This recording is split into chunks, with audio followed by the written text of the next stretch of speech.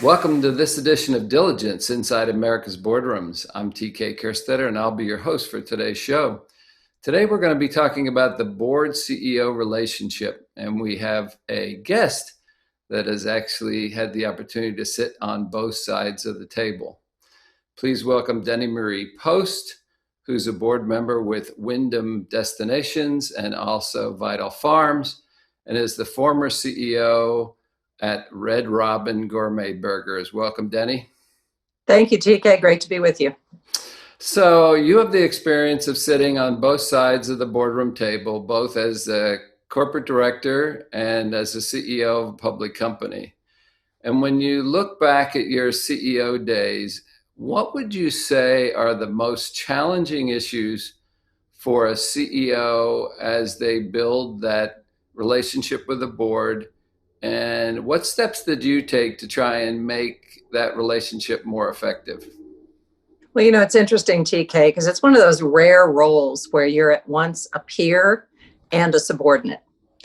The board is your boss. They hold your future in their hands. And at the same time, you sit as a peer in the conversations that go on in the boardroom for a large part of it.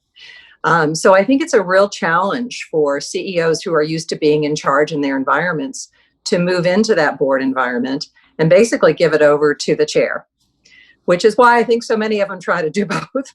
I'm glad to see that that's not happening as much anymore. And I also can see why for years, boards were made up of primarily just CEOs. It was a bit of a kind of a CEO karmic experience, right? I'll keep my hands off of your plans if you'll make sure others keep their hands off mine. But I think what has really started to happen is that if you don't have a great relationship between the CEO and the chair, then the challenges start to mount. And part of that reason is because increasingly boards are made up of subject matter experts. And you end up with boards who bring a finance background or a marketing or an HR. And largely that's helpful. But it can also be harmful if you find you're running almost a shadow government. And so having that relationship with the chair to ensure that the conversation stays high, strategic, and really takes in the totality of the business is extremely important, both in planning the agendas and also in debriefing afterwards to say, how can we be better? And the most successful relationships I've seen are where that CEO and the chair have a really good relationship to ensure that the board does its service of oversight and responsibility without becoming the people who dig down into the individual functions of the company, which really is not very helpful if you're a CEO. So I would say that relationship is one that I work to build. Also, when I became CEO at Red Robin, we had no former CEOs on our board.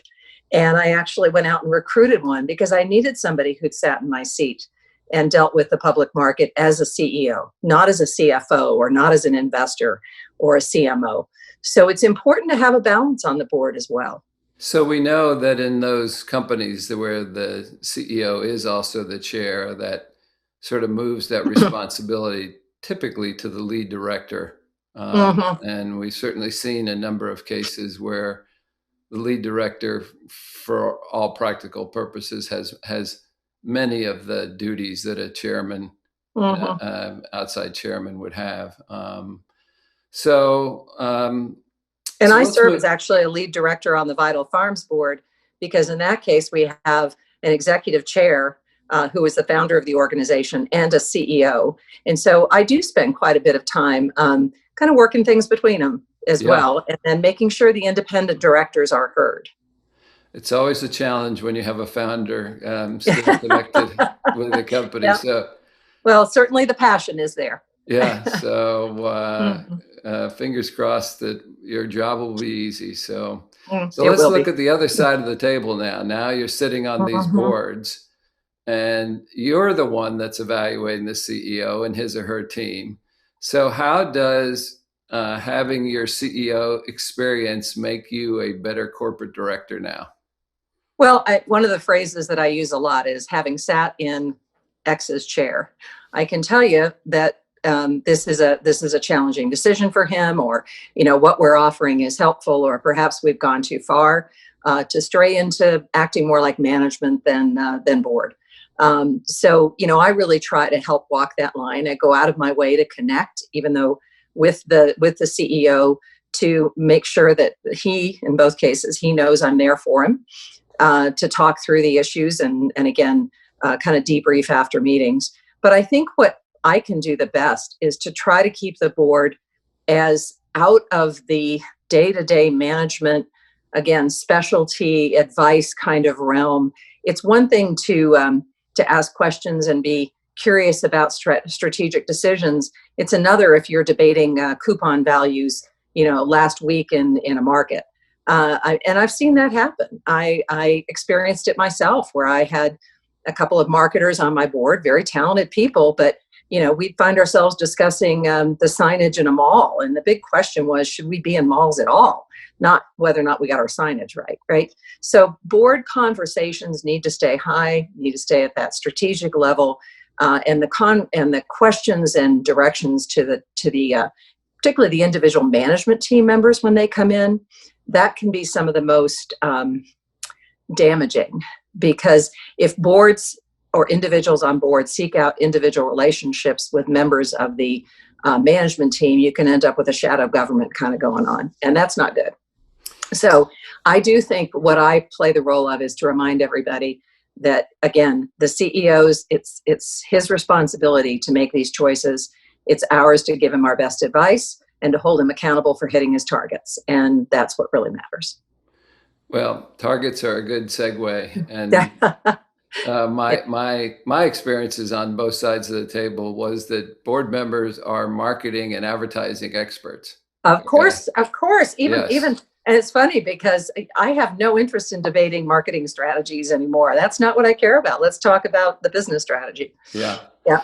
So again, a good segue and the targets into another question that I wanted to ask you. And so we've seen growing emphasis on ESG and Yes. all the components, certainly as this is evolving and we're finding it to be elements to be measurable.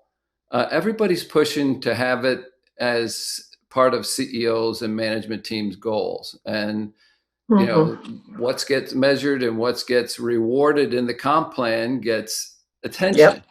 Gets done. Now, that's the good side, and I don't think we would disagree with that. But when you look at the practicality of all different single focus groups asking for human capital, environmental, culture, diversity, sustainability, stakeholder relations, and you add that to the financial and to the strategic, it's just, there's no way that you could include all of those measuring factors into, specifically into a executive comp plan. But there has to be some way to incorporate, that ESG into there. So as you sit on your boards and you think back of when you were in the position of the CEO and how you wanted to be evaluated, sort of where do you come out now with sort of that thought process on how CEOs should be evaluated, particularly as it relates to ESG?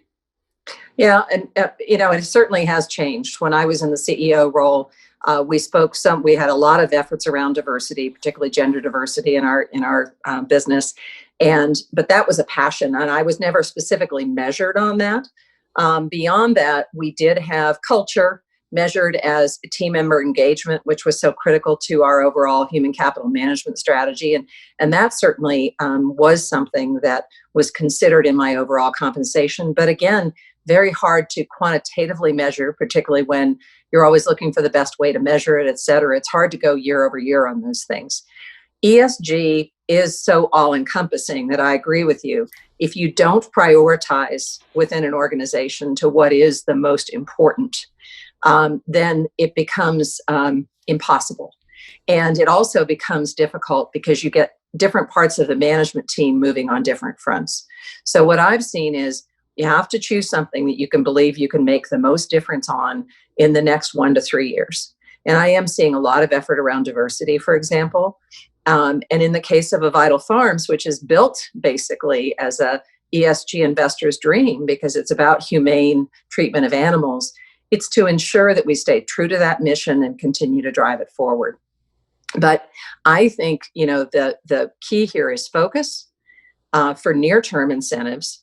And then some of the things around sustainability and environment are things that you can almost take into consideration for longer-term incentives, because they are choices you make in terms of capital investment over time, perhaps, that will pay back more directly over a longer term period.